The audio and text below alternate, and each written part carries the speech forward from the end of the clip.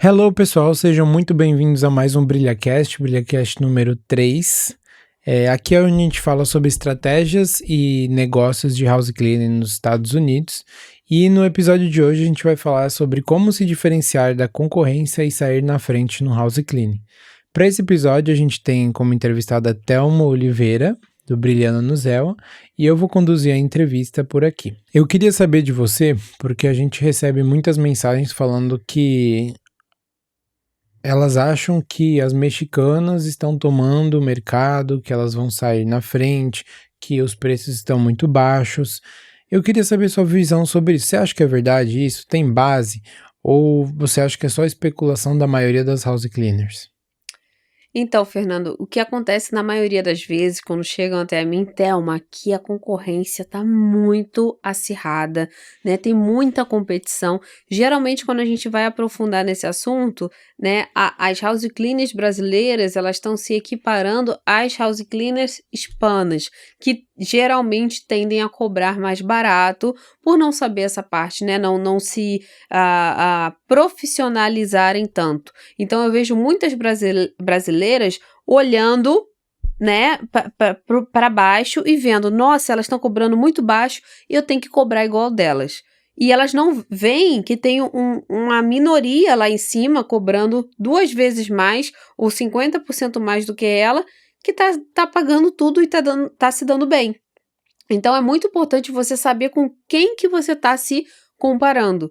Se você estiver se comparando com a Clean Lady, com aquela house cleaner hispana, que ela não se desenvolve, que ela não se profissionaliza, e você está querendo chegar naquele preço dela ali, infelizmente você não vai conseguir. Porque você já tem investimento muitas vezes em produtos, você já tem treinamento, você já tem ali investimento na própria empresa, na burocracia, no marketing. Então, o seu preço não vai conseguir alcançar aquele preço da house cleaner hispana, da house cleaner, aquela que tem um preço menos competitivo, porque ela está ali em outro padrão do serviço de limpeza, e tá tudo bem, sempre tem espaço para todos os níveis, tem espaço para o amador, tem espaço para média, tem espaço para grande empresa, tá? Por quê? Porque existe cliente para cada perfil.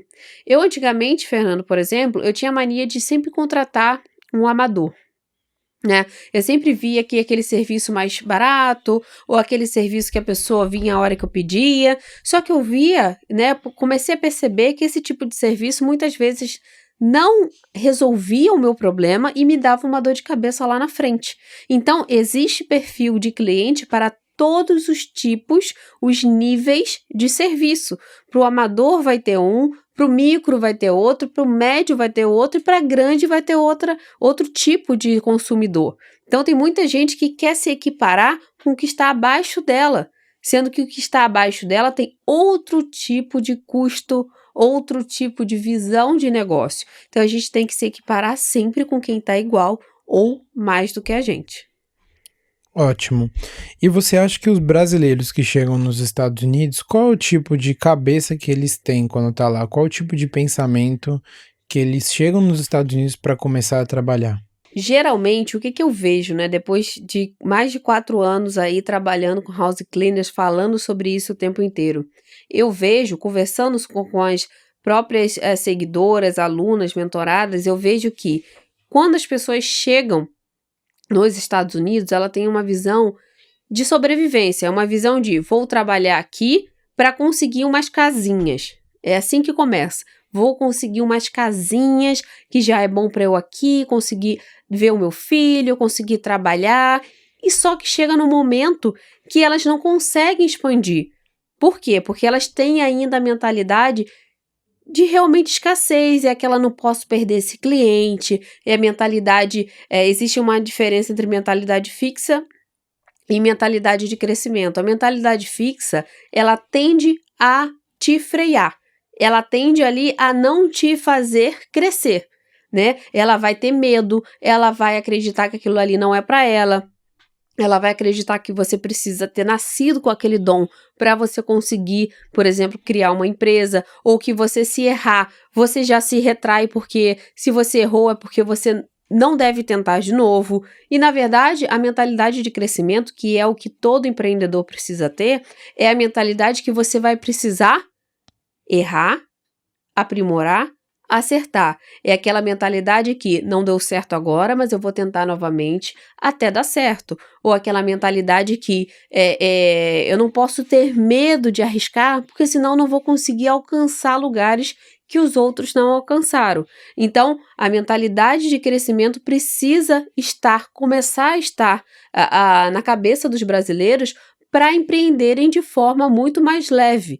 Essa mentalidade que chegam, que é a mentalidade fixa, é uma mentalidade muitas vezes de funcionário, é a mentalidade de pessoas que eu entendo que venham de lugares muito pequenos, que não tenham referências profissionais, que não tenham referências de negócios mesmo, que tenham crescido na família ou que tenham crescido na comunidade. Então, elas têm aquela referência e levam essa referência, né, para os Estados Unidos, e começa aquele negocinho, eu não posso gastar, mas aqui é muito caro, mas se eu comprar esse produto eu vou ficar sem dinheiro, e fica nessa mentalidade, nesse ciclo durante anos, sem investir na própria empresa e sem conseguir crescer também. Então, essa mentalidade que aqui a maioria dos brasileiros chegam é o que freia esse crescimento mais rápido no início. Né? Se você entrar, como eu já conversei com pessoas que já entraram com a cabeça de vou fazer dar certo,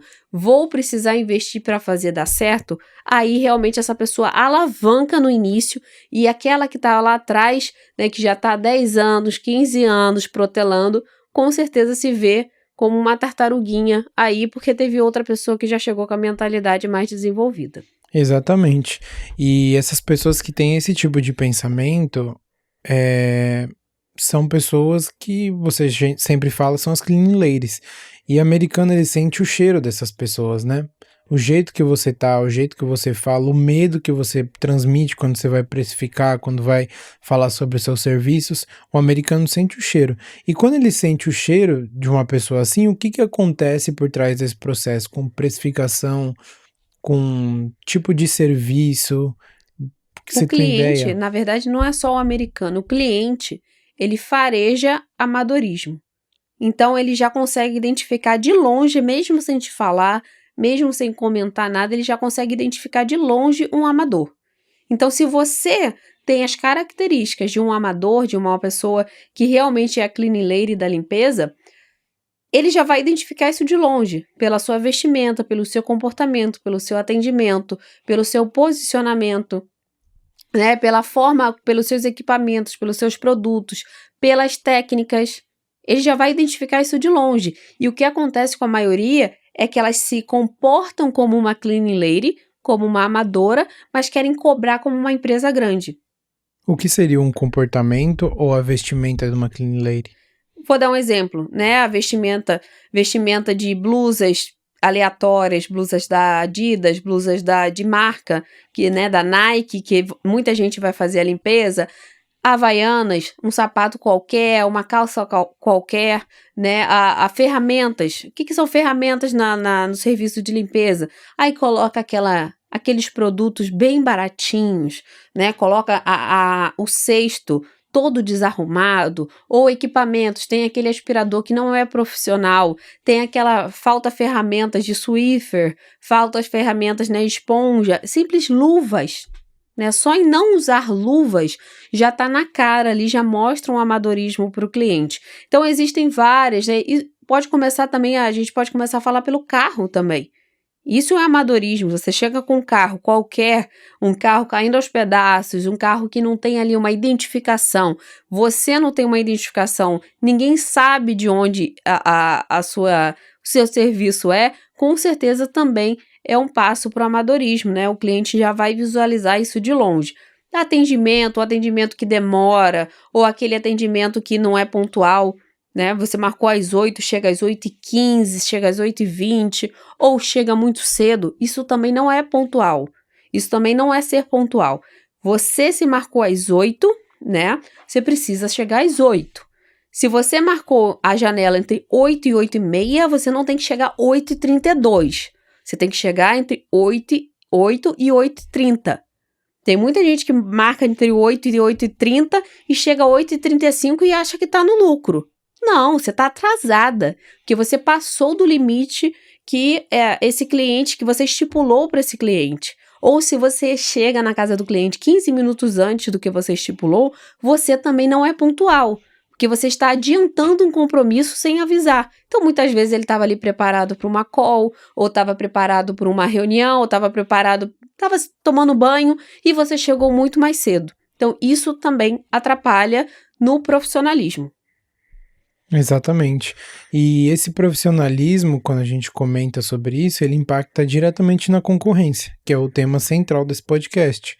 Se você se compara igual às outras, na cabeça do cliente ele vai pensar assim, mas para que eu vou pagar mais se ela é igual? Ele não enxerga o valor em você, no seu negócio. Se você não é pontual, se você não tem a vestimenta de um profissional, você não tem equipamentos, não tem ferramentas de um profissional, por que eu vou te pagar muito? Porque você faz a sua obrigação, que é limpar bem? Faz sentido. O cliente não quer saber disso. O cliente, é lógico que ele quer uma limpeza, mas isso é o mínimo que ele espera, uma limpeza boa. Agora, o restante vai, sem dúvidas, fazer com que ele enxergue valor na sua empresa, no seu serviço. Exatamente. E você acha que existe muita concorrência, assim, por valores baixos de empresas americanas?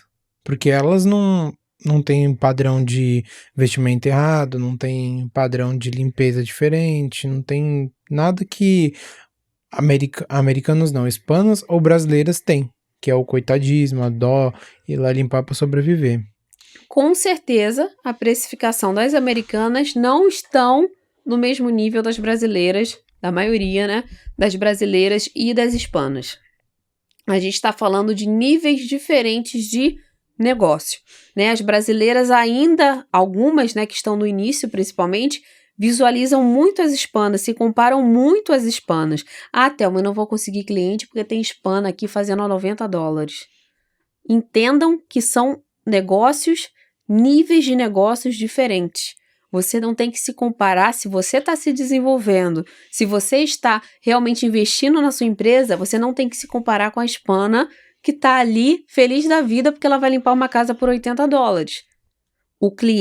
Existe cliente para todos os níveis de negócio. Tem cliente que vai querer algo seguro, tem cliente que vai querer algo que é realmente grande, que ele não tenha dor de cabeça, que ele não se preocupe ali com atendimento. Se ele precisar, ele vai ter um escritório para ele ligar. Existem vários tipos de cliente e tem gente se preocupando com o cliente errado. Exatamente. Na verdade, a maioria dos brasileiros, né? Eu tava vendo um depoimento de uma aluna que deu lá no chat do Instagram. Ela falou assim, olha, Thelma, eu fui na casa de um americano e tinham mais 3 pessoas lá pra fazer estimativa. Aí eu já olhei com aquela cara assim, bicha, hoje que eu perco por causa de preço. E aí ela chegou com propostas absurdamente baixas, ruins, só que ela chegou posicionada com tudo isso que você falou, e ela mandou o print, assim, ainda até tem, acho que tem como colocar depois no YouTube. Ela falou assim, eu levei a proposta dentre as 4 outras que tinham mais baixo do que a minha. Doido, né? Exatamente. Nem todo cliente está preocupado só com preço. O cliente ele vai fazer um balanço entre o que ele está enxergando de valor com o que você está precificando. Se for uma coisa discrepante, ele não vai aceitar o seu preço. Agora, se você mostrar tanto valor, o que é o valor? É você ali ser pontual, é você estar bem uniformizada, é você entregar material de informação para ele, se sentir seguro, é você mostrar que você tem seguro, você mostrar que você tem regras, que você segue suas regras, que você tem um controle de qualidade. Ele enxergou muito valor para o que você precificou. Agora, se você não mostra nada, você não entrega nada para ele antes, como que você quer que ele pague o preço da sua limpeza? Você não vai conseguir demonstrar, tá? Tudo que você oferece para estar cobrando aquele valor. Exato, é o que você sempre fala. Para o cliente, para você, no caso, pode ser o justo. Você fala, ó, isso daqui é o justo pela limpeza. Mas ele vai bater o olho, fazer um raio-x em você e vai entender por que isso é justo. não tem equipe, não tem uniforme, não tem material, não tem nada. Eu tô só ajudando ela pra ela poder sobreviver. Então, quando você se porta dessa maneira que você tá falando, ele começa a entender o porquê do preço, né? Exatamente, ele tem que entender para onde está indo o dinheiro dele. O dinheiro dele está indo para investimento na própria empresa, para a segurança dele, para treinamento das suas funcionárias, para equipamentos, para ferramentas, para produtos, para a questão de impostos. Agora, se ele vê que não tem nada disso sendo reaplicado, reinvestido, ele não vai querer aumentar o valor dele. E tá tudo bem. Se você tá fazendo esse investimento e ele não quer, ok, ele não faz parte mais do perfil ideal da sua empresa. Tá tudo certo. Agora, se você continuar, né, querendo essa relação com esse cliente, perceba que você é que vai deixar dinheiro na mesa, é que você realmente vai deixar de ter o lucro com esse cliente. Você vai estar fazendo um favor para ele limpar a casa. E lembre que empresa precisa ter lucro. Aqui não tem instituição de caridade, a gente não está falando aqui de ONG, a gente precisa de falar de negócios, falar de lucro, falar de empresa. Quem quer fazer caridade, vai para outro setor, vai lá no Instagram da WWF, da Cleaning for a Reason, mas a gente está falando de negócio e a gente tem que visar o lucro. Ok? Não, Thelma, você não pode ser assim. A gente faz, os clientes são muito apegados, a gente precisa fazer a limpeza com amor. Ok, mas ele precisa pagar por isso também. Ok? Até porque limpeza, se você não pode pagar uma, você faz. Não é um trabalho extremamente difícil de você replicar. Então, se você quer ter o luxo de ter uma limpeza residencial, você precisa pagar o que a empresa está pedindo. E você falou sobre o material. Tem o Cleaner Starter Pack, que muita gente vem falar com a gente lá no Instagram, onde eu consigo o pack, onde eu consigo o pack. Para que serve esse pack? O que é esse pack? Como que ele ajuda a você profissionalizar? Bom, o pack eu criei porque eu senti que tinha muita dificuldade ali, principalmente nas estimativas. Eu via que quando eu fazia estimativa, eu já entregava para o cliente o que ele precisava saber que estava incluso naquela limpeza ou não, nas diretrizes da minha empresa, a questão de cancelamento, questão de reagendamento. Então, eu já sabia da necessidade desses materiais pela simples vivência do house cleaning. E hoje eu ainda percebo, né, que em 2023 tem gente que vai para uma estimativa, por exemplo, seja online ou seja presencial, chega para o cliente pergunta, mas vem cá, o que está incluso na sua limpeza regular? E aí a house cleaner fala detalhe por detalhe, item por item, ou dá um resumão do que está incluso na limpeza. Então, ela não tem nenhum material, ela não entrega ao cliente, o cliente fica ali alheio ao que vai acontecer, e ela vai falar assim, baseboard, Windows, ela vai falar alguns itens, mas com certeza ela não vai lembrar de detalhes, ela não vai lembrar de todos, o cliente vai, ok, tá, eu acho que ela vai limpar tudo, vai ficar no achismo e vocês vão continuar sem ter um alinhamento do que se faz e do que se pode ser cobrado. Então, esses materiais, como a checklist, como o Customer Guidance, como o programa de referências, como as cartas de referência, precisam estar já de imediato na estimativa, para você automaticamente já se diferenciar daquela amadora. Se você está numa estimativa com 4 empresas, a primeira empresa é amadora, a segunda empresa é a sua, uma microempresa que está ali em crescimento. A terceira empresa é média, já está ali desenvolvida. A quarta empresa é uma empresa grande. O cliente ele vai ter total liberdade de escolher qual nível de negócio ele quer ter. A sua empresa, sem dúvidas, não se compara mais com a amadora. Você já pulou de nível. O que vai acontecer agora é você se comparar com a média e com a grande empresa. Mas nessa parte, a sua precificação já vai estar muito mais coerente do que com a amadora. Então, quando você se compara com a média e com a grande empresa e você tem materiais onde você está de igual para igual com aquelas, com certeza você vai conseguir precificar e se posicionar de forma muito mais correta do que se você chegar lá igualzinho à amadora. Então, se você vai com a amadora, sem dúvidas você está com muito mais concorrência do que se você for com aspecto de empresa grande, você vai estar concorrendo com os preços das empresas grandes. Exatamente. E às vezes você pode até passar um preço justo, que poderia passar que é um preço bem mais alto, mas aí um preço justo que você considera não tão alto e não tão baixo, o cliente vai falar, pensei que era mais caro, porque a empresa X que é grande está cobrando isso, e você que tem boa parte dessas coisas também tem, e é mais baixo, acho que até na cabeça dele roda como justo, né? O preço justo é muito relativo, né? Justo é qual preço? É o preço que é justo para mim ou o preço que é justo para o cliente? Então, o preço justo para a empresa precisa ser da ponta do lápis. É aquilo, eu não consigo fazer essa casa por menos de X. Se o cliente quiser negociar, vai ser a partir desse X e não menos do que isso. Então, você vai ter muito mais cartas na manga para negociar, também sabendo os seus preços e você tendo ali o cliente já enxergando o valor da sua empresa, porque você já está concorrendo com as grandes, só que você não tem o custo das grandes. Você não tem office, a maioria, né, das empresas brasileiras não tem office, não gastam tanto ali de marketing, então você consegue aplicar um preço mais competitivo, oferecendo praticamente a mesma coisa das empresas grandes. Então, o cliente vendo isso, poxa, se eu posso ter tudo que essa empresa grande aqui tem, através dessa pequena, por um preço muito mais razoável, para mim tá de bom tamanho.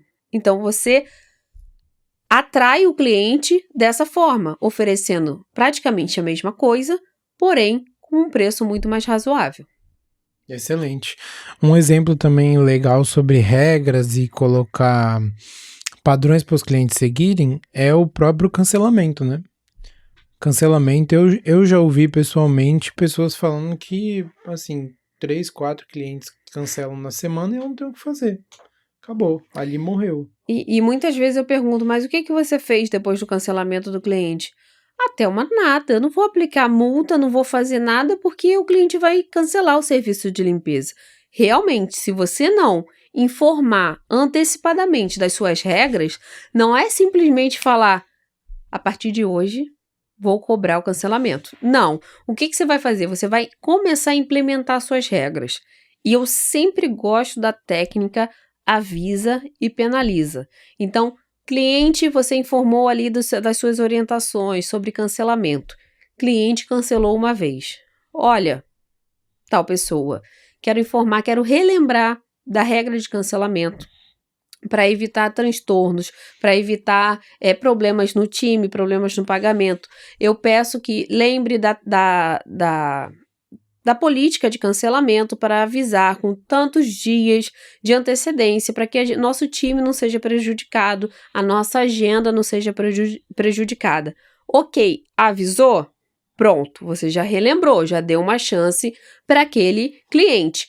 A partir dessa vez, ele vai se sentir grato que você relembrou e não penalizou, e aí da próxima você já tem o aval para aplicar, seja lá o aumento no valor da limpeza ou a multa de cancelamento. Então, principalmente para clientes antigos, eu sempre gosto de aplicar essa técnica do avisa, depois penaliza. Se você for logo de sola lá penalizando, com certeza esse cliente vai se sentir ofendido, não vai entender nada, porque do nada você criou essa regra e ele vai ter que pagar o pato. Então é bom a gente ir inserindo gradualmente essas regras para educar esses clientes aos poucos. Exato, porque pode parecer, eu já ouvi também falando, meus clientes, eles não vão gostar dessas regras, eu não sei se eles vão se sentir à vontade, mas acho que é o contrário, né? Ou não, passa mais segurança? Em alguns clientes isso pode gerar algum desconforto. Por quê? Porque eles querem uma cleaning lady que faça tudo o que eles querem uma cleaning lady que eles possam cancelar 1 hora faltando para limpeza, eles querem uma cleaning lady que eles paguem uma limpeza quinzenal e limpem a casa deles mensal. Porque para ele que a casa deles ainda está limpa, então dá para enrolar um pouquinho e jogar para o final do mês. Então, eles querem alguém sem regras. Mas isso só é bom para eles, para todo tipo de negócio não é. Então você tem que começar a implementar essas regras e saber que para esse tipo de cliente, infelizmente, não há regra que vá ter efeito, porque eles não querem regras. Agora, para aqueles clientes que estavam, né, gostaram do seu serviço e você vai começar a implementar regras e eles vão ver uma organização da sua empresa, tanto da empresa para eles, como para eles, deles para a empresa, isso é muito bom, isso gera um certo conforto, uma certa segurança da parte deles também com relação à sua empresa, sabendo que vocês estão se organizando, que vocês vão implementar a questão do cancelamento para não causar transtornos, inclusive, para eles. Se um cliente cancela, você tem que antecipar você tem que postergar outro. Isso é muito ruim para a agenda. Então, quanto mais respeito tiver com a agenda da sua empresa, com certeza eles vão gostar dessa implementação de regras. Ótimo. Isso vale também para os que já estão há muito tempo com a pessoa. É isso. Você vai implementando gradualmente as regras, tá? Uhum. E inserindo ali, através da técnica avisa e penaliza, que isso vai avisando para que eles se adequem, né, gradualmente ali em tudo que você implementou. E seguindo essa mesma linha, você acha que um posicionamento, antes de tudo eu teria que explicar o que é um posicionamento, com identidade visual, com logo, com um posicionamento no Instagram, no Facebook, também é crucial para ela poder crescer saudável e ter bons clientes? É muito essencial, porque o que acontece? Tem muita gente que acaba fazendo um trabalho muito raso no início da empresa, faz uma logo qualquer, faz um cartão qualquer, um cartão com aquela mulherzinha abanando, né, com espanador na mão, que mostra o amadorismo de longe, tá? Eu falo porque eu já fiz esse cartão lá no início, que era um cartão que só tinha esse tipo de cartão para vender online, então você meio que faz ali para não ficar sem cartão, porém, você tem que entender que o seu conhecimento vai mudando. Então, o que você precisa fazer também? Evoluir, atualizar todo esse seu posicionamento. Se antes você tinha um posicionamento como cleaning lady, como amadora, e hoje você tem um conhecimento aqui através da internet, através dos podcasts, das lives, você tem um outro conhecimento você não volta atrás. Uma vez que você já ouviu, você tem que aplicar. Então, você vai precisar desenvolver melhor sua logo, desenvolver melhor sua identidade visual, que é a cara da sua empresa, as cores, a parte da logo, o que você quer mostrar para o seu cliente, o nome é importante também. Então, tudo isso faz parte do posicionamento. Se eu coloco uma empresa de limpeza chamada Thelma's Cleaning, eu vou ter um outro posicionamento do que se eu coloco. Vou dar um exemplo aqui, Queen Bee's Cleaning Services. Eu estou dando um outro posicionamento, eu não estou me envolvendo, teoricamente, na empresa, eu estou ali criando uma terceira pessoa, né, uma entidade, que seria a empresa, e desenvolvendo toda a identidade visual dela. Vou dar o exemplo da Queen Bee, que eu acabei de mencionar, seria uma abelha rainha. Então, quando eu desenvolvo esse nome, já é pensando na identidade visual. Então, eu vou criar uma empresa, né, onde o símbolo pode ser uma abelha rainha, que tem um histórico ali de trabalho e tal. E essa abelha rainha passa as tarefas para outras. Então, pode ter a ver ali com a limpeza, mas enfim, eu posso colocar um uniforme com as cores amarelo, com preto. A minha logo pode ser desenvolvida, voltada para um nome, né? Mostrando uma abelha rainha com algum item ali da limpeza. A minha grafia tem que mostrar o profissionalismo, também tem que mostrar o que eu quero remeter. Não pode ser qualquer grafia. Tem gente que vem com logo para mim, que em cima é uma, embaixo é outra, mas você vê que não tem uma harmonia. Cada parte está com uma grafia e como a referência acaba sendo ruim, acaba que a pessoa não visualiza aquilo. Para ela tá bom. Thelma, vê se tá bom. E eu falo assim, dá para melhorar. Dá para melhorar porque eu sei que tá desarmonioso. Então, a logo, a identidade, tudo tem que conversar para o que você quer passar para o cliente. Eu sei que muitas vezes tem muita gente com dificuldade em criar o nome. Ok, realmente um nome exige criatividade, mas tenta pensar no que você quer passar para o cliente. Poxa, Thelma, eu quero muito passar essa ideia de frescor, de limpeza. Então você já vai para um campo do nome que volte para o fresh, que volte realmente para os cheiros, né? Para as ervas, para os aromas. Então você consegue ali direcionar mais o nome e transformar aquela identidade visual muito fácil. Agora imagina o Thelma's Cleaning. Eu vou ter que do zero imaginar uma empresa, ok? Com o meu nome. E fazer uma logo, pensar nas cores, porque nada está fazendo sentido, né? Vou ter que realmente pensar do zero tudo. Isso vai me dar muito mais trabalho. É muito mais fácil criar esse nome, mas em compensação, para a identidade visual e para o marketing, isso vai ser muito mais complicado. Então pense no nome genérico, inclusive para você vender o seu schedule, vender a sua empresa no futuro. Tente desvincular do seu nome. Não coloque o seu nome na empresa, ok? Tem muita gente que coloca sobrenome. Sobrenome, ok, mas com ressalvas. Eu, sinceramente, não aconselho colocar nem nome nem sobrenome. Existem diversos nomes que você pode colocar que o marketing vai te agradecer para o resto da vida. E se você colocar um sobrenome, muitas vezes nomes em português, né, sobrenomes difíceis de pronunciar, acaba que vai dificultar, inclusive, na divulgação da sua empresa. Indicação também. Na indicação também. Então, vamos facilitar. Se você está começando do zero, você tem a oportunidade de pensar no nome muito mais estratégico do que você colocar lá, né, um nome qualquer só para resolver essa parte. Tem gente que fala assim, não, Thelma, eu quero resolver logo isso. Só que é a parte mais importante, porque a partir daí você consegue desenvolver com muito mais clareza, com muito mais fluidez o resto. Então, gaste o tempo no nome e depois vai ser muito mais fácil do que você pensar no nome rápido, Thelma's Cleaning, e depois demorar muito e não ficar bom todo o seu produto de marketing. Exatamente. E o cliente também vai atrás, né? Às vezes ele quer contratar você, ele vai atrás do seu Instagram, ele pode ir atrás do Facebook, ver suas reviews. Quando faz sentido para o cliente, né? Quando ele acha atrativo o nome, por exemplo, teve um exemplo aqui que eu sempre dou, que eu falei da Lavender Cleaning, e aí uma aluna pegou esse exemplo, começou a fazer a empresa toda desenvolvida para lavanda. A logo é roxa, lilazinho, né? As redes sociais, os cartões, o uniforme, tudo ela botou, inclusive no final da limpeza ela coloca ali um sachê de lavanda. Então isso criou um valor para o cliente que gosta de lavanda já contrata na hora, ela já se destacou.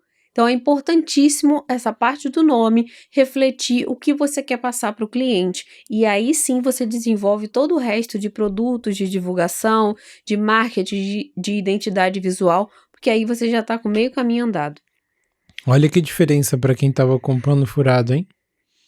Olha quanta coisa tem para aplicar e muita gente achando que é só a limpeza. Só preciso limpar bem. Isso tudo que ela está falando é besteira. E, na verdade, a gente vê que o buraco é muito mais embaixo, que tem muita coisa para aprender. Sim. É o que a gente comenta, né? Às vezes o pessoal vem lá do Brasil e para você aprender a ser engenheiro, você faz uma faculdade de engenharia. Para você aprender a ser dentista, você faz uma faculdade de odontologia. E para empreender no house cleaning, o que você faz? Pois é. Não faz. Não Que a faz. maioria não faz, né? E muitas vezes chega, nossa, Thelma, o seu curso é caro. E aí eu falo assim, engraçado, eu fiz 4 anos de faculdade, tá? Paguei caríssimo e não tive resultados com a faculdade, porque a faculdade não é certo. Você faz 4 anos ali, você tem um ensino superior, mas você tem que ir correr atrás do seu trabalho, porque a faculdade em si de conhecimento não vai te dar nada. Agora, você está num curso de house cleaning que vai gerar imediatamente, né, em um espaço curto de tempo, um resultado financeiro muito maior do que qualquer graduado, e você está ali achando caro, então a gente precisa rever essa ideia de preço, né, do preço, investimento versus retorno, porque com certeza, tanto um MBA como uma graduação não geram tanto resultado em pouco tempo. Exato, e eles não ensinam a vender, não ensinam a criar identidade, a criar desejo. Eles não ensinam a ganhar dinheiro. Exato. Eles ensinam a teoria de tudo, mas a ganhar dinheiro não, a você vender, a você ter controle ali financeiro, eles não ensinam nada. Eles vão ensinar a teoria de tudo, e aí a aplicação é outro tema. Exatamente, mas tem desse viés do brasileiro, fala, não, que eu até vindo pra cá com uma pessoa, que ele falou assim, não, que meu filho é juiz, que meu primo é engenheiro, que meu tio é dentista, mas no fim das contas, muitas vezes a pessoa não tem dinheiro nem pra ir até a esquina, trabalha Eu tenho dirigindo. diversas alunas que trabalham com house cleaning, são dentistas no Brasil, são biomédicas, contadoras, e hoje elas estão felizes no house cleaning, né? Estão desenvolvendo a empresa e elas veem o quanto é proveitoso, né? Eu tenho uma pessoa que eu fiz uma entrevista e ela falou assim, Thelma, quando eu não tinha o documento, eu falava assim que eu receber o documento, eu vou largar o house cleaning. E ela recebeu o documento. No dia seguinte, ela já foi procurar emprego e ela foi trabalhar num officezinho que ela ganhava $15 a hora. Para trabalhar o dia inteiro e ganhar ali sua base de 120, né? Tirando os impostos, 120 a $150. Ela durou uma semana que ela falou assim, tô voltando pro house cleaning. Porque realmente é uma ilusão, você vai trabalhar para alguém, você vai ganhar como um empregado. No house cleaning, não. É um negócio que tem uma barreira de entrada muito pequena, né? Você com aspirador, você com produtos, você já consegue limpar casas. Só que desenvolver um negócio é outro passo. Você não tem aquele conhecimento completo para realmente chegar lá na frente. Então, às vezes um curso, ele te alavanca, ele te desenvolve de uma maneira que você encurta essa curva de aprendizagem.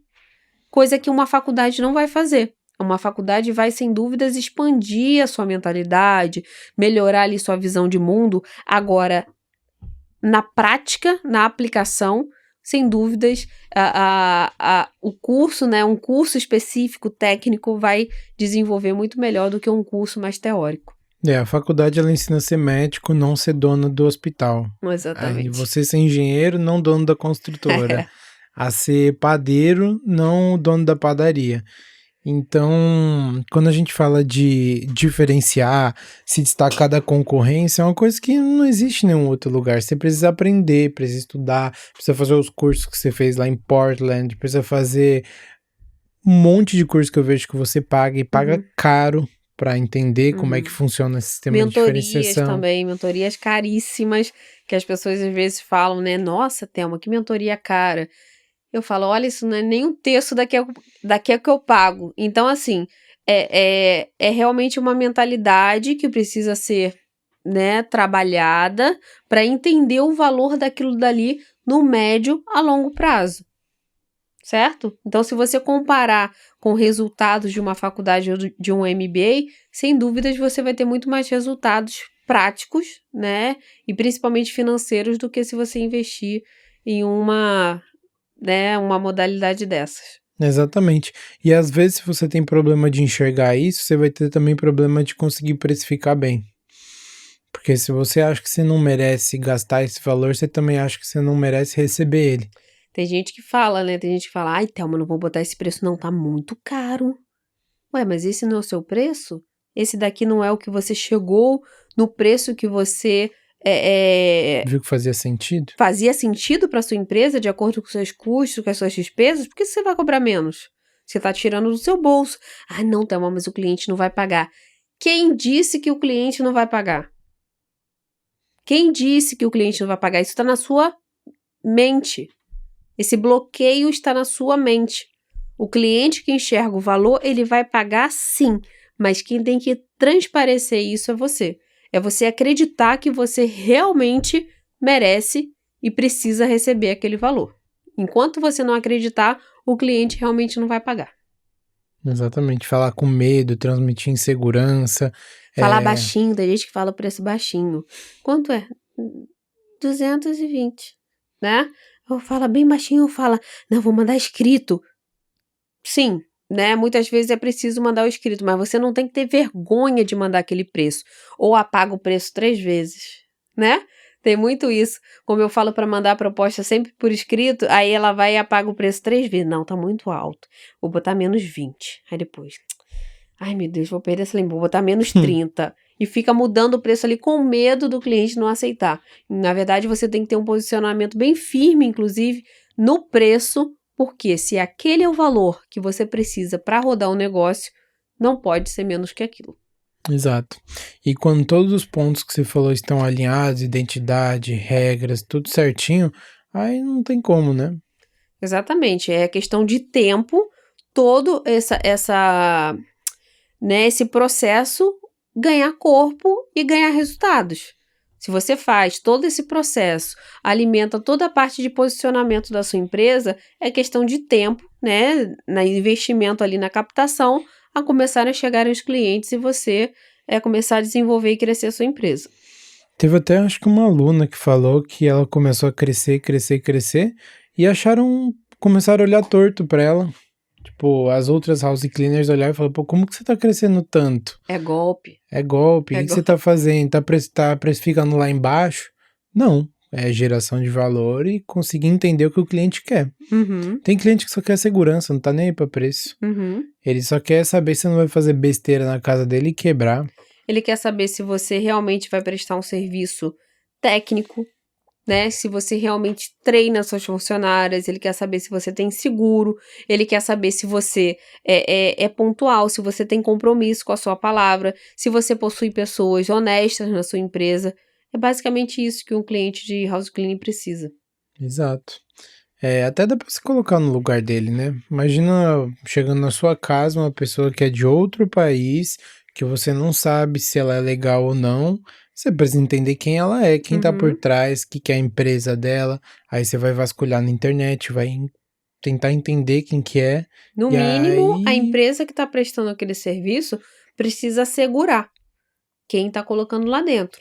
Se essa pessoa acontecer alguma coisa, você me assegura sim, que eu vou ser ressarcido, que eu vou ser reembolsado, que eu vou ser realmente vou estar amparado? Então, esse é o objetivo de um serviço de house cleaning, de um cliente do house cleaning. Ele, muitas vezes, ele não vai ter a segurança de quem pode estar na casa dele, mas ele quer saber que a liderança dessa empresa vai assegurar que ele esteja protegido, que ele esteja ali amparado. e tem uma frase que você sempre fala, né? Antes de ser grande, pareça ser grande, né? Exatamente. Finja ser até ser, né? Uma frase do marketing. Você não precisa ser grande para parecer grande. Finja ser, pareça grande. Tem empresas, né, de alunas e mentoradas que tem 10, 15 clientes, parecem empresas gigantes, parecem empresas de 100, 200, 500 clientes. Por quê? Porque elas já começaram grande. Já parece grande. Então, o cliente que contrata esse tipo de empresa, ele não está esperando que a pessoa, a dona da empresa, vai ficar lá o dia inteiro. Que ela vai ficar lá limpando todas as vezes. Ele já sabe que aquela empresa é grande ou tende a ser grande. Então, a expectativa dele é totalmente diferente quando ele contrata ali a menininha do espanador. Exato. Você já percebeu que até a linguagem no WhatsApp de quem internaliza. WhatsApp não, perdão, no text. De quem internaliza isso que a gente tá falando muda, geralmente manda assim. Eu fiz a estimativa e concluí que o preço deve. Quem entende isso, que é uma empresa, não é uma pessoa física, nós da Tananã entendemos que é o valor ideal para a sua casa. Não existe o I, né? Não existe o eu vou enviar.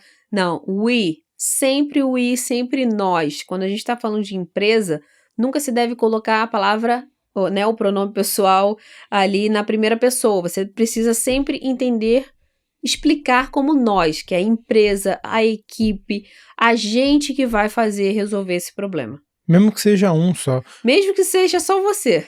Sempre falando em terceira pessoa, em nome da sua empresa. Eu lembro de uma mentorada que acho que ela foi fazer uma limpeza e o cliente nem sabia que ela era a própria dona. Tem várias. Tem várias que falam assim, olha, eu vim aqui só para hoje para a primeira limpeza, mas não me esperem todas as limpezas, porque eu vou ficar na administração. E o cliente, não, tudo bem, né? Já está acordado, ok. E ela ia na próxima, depois contratava a helper e não ia mais. O cliente já estava preparado para aquela situação.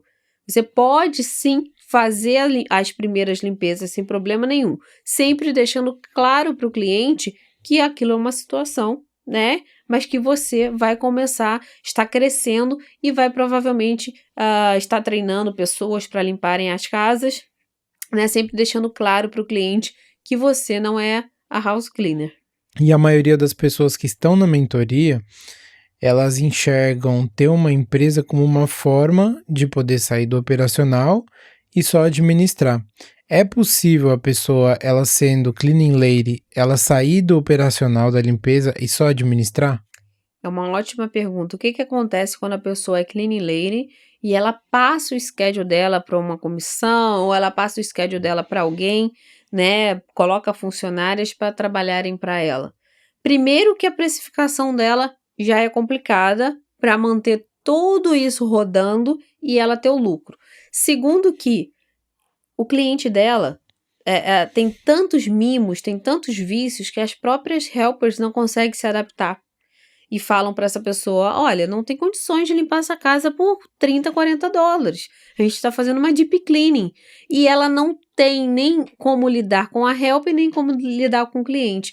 Então é muito difícil uma cleaning lady conseguir expandir, conseguir realmente sair do negócio do operacional, não implementando regras, não implementando treinamento, não implementando diretrizes, porque fica tanto o cliente insatisfeito, reclamando por qualquer coisinha que falte ali na limpeza. Por quê? Porque ele está acostumado com o padrão da cleaning lady. A cleaning lady tem um padrão único. Só ela sabe o jeito dela limpar, só ela sabe o jeito de colocar as toalhas, só ela sabe o jeito de arrumar o quarto.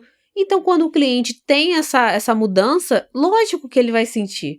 Lógico que ele vai falar, olha, elas não limpam igual você. Quando é que você vem? Vamos remarcar somente quando você estiver disponível. E é assim que acontece. Então, as cleaning ladies realmente têm muita dificuldade em sair, muito mais dificuldade em sair do operacional por conta desse posicionamento, né? Por conta dessa falta de regras, por conta da falta de posicionamento com relação a limites para o cliente também. Isso faz toda a diferença. Eles sabem que com elas, eles conseguem transpor os limites porque não tem. Então, não, limpa a geladeira para mim hoje, ou olha, deixei o forno aberto para você limpar. E ela não sabe se posicionar, ela tem medo de perder o cliente e vai deixando todo esse processo acontecer até uma hora que ela precisa e ela não consegue sair do operacional por conta desse conjunto de fatores que vão impossibilitar ela de largar o braçal da empresa dela. E aí vai ficar para sempre, né? E aí fica num ciclo para sempre. Ela não sabe captar, ela não sabe se posicionar, ela não tem ali uma estrutura de empresa, ela não consegue manter a helper e por aí vai. Exatamente. Ainda tem a questão da liderança também, que depois a gente pode falar, né? Não tem ali uma gestão de pessoas, não entende como vai lidar com um lado e com o outro e acaba sufocando dos dois lados. Exato. É uma base, né? Você poder crescer estrutura, que é o que a gente tá falando, depois você capta clientes, depois esses clientes que são bons, você vai conseguir chegar num bom valor e assim conseguir sair do operacional. Mas primeiro você precisa passar por essa base, os clientes, a estrutura, e depois você vai pensar em como você vai sair, preço e tudo mais, né? Exatamente. É isso aí. Então, firmeza. Bom, eu acho que a gente abrangeu todos os pontos, deu para explicar aqui como que é a diferenciação da concorrência, como que você faz para sair na frente das hispanas, por exemplo, e como que você consegue mostrar mais valor para o seu cliente, além do que você já mostra hoje, que pode não ser o suficiente para ele ver que o seu preço é o melhor para ele ou que o seu serviço é o melhor. E eu gostaria de saber também da Thelma se ela tem mais alguma colocação, algum ponto que você acha importante com relação a posicionamento, a identidade da empresa e transparecer isso para o cliente. Sim, todo o conteúdo que a gente passou hoje nesse podcast, ele não é o se ou quando eu vou fazer. Se você quer trabalhar no house cleaning, eu tenho certeza que em algum momento você vai querer sair do operacional. Em algum momento, o house cleaning ele tem vida útil. Então, se você não entra no house cleaning com essa mentalidade de vida útil, te garanto que você daqui a pouco vai começar a entender essa conversa. Então, você precisa entender que o house cleaning operacional, né, a parte braçal, tem vida útil. E se você já pensa em sair da operacional, ou se você quer um dia sair da operacional, você já tem que começar a implementar tudo o que a gente falou aqui para fazer sentido lá quando você realmente estiver nessa situação. Senão, vai acontecer de você passar esse tempo inteiro e depois ter que fazer todos esses passos desde lá do zero, porque você fez de qualquer jeito durante esse tempo, tá? Então, o conselho que eu tenho para te dar é, mesmo você sem cliente, faça do jeito certo desde o início, porque você vai se agradecer lá na frente quando você estiver saindo do operacional. Exatamente. Então, vamos chegando ao fim de mais um BrilhaCast. Muito obrigado por terem assistido ou escutado no Spotify. Meu nome é Fernando. Thelma Oliveira e até a próxima. Até.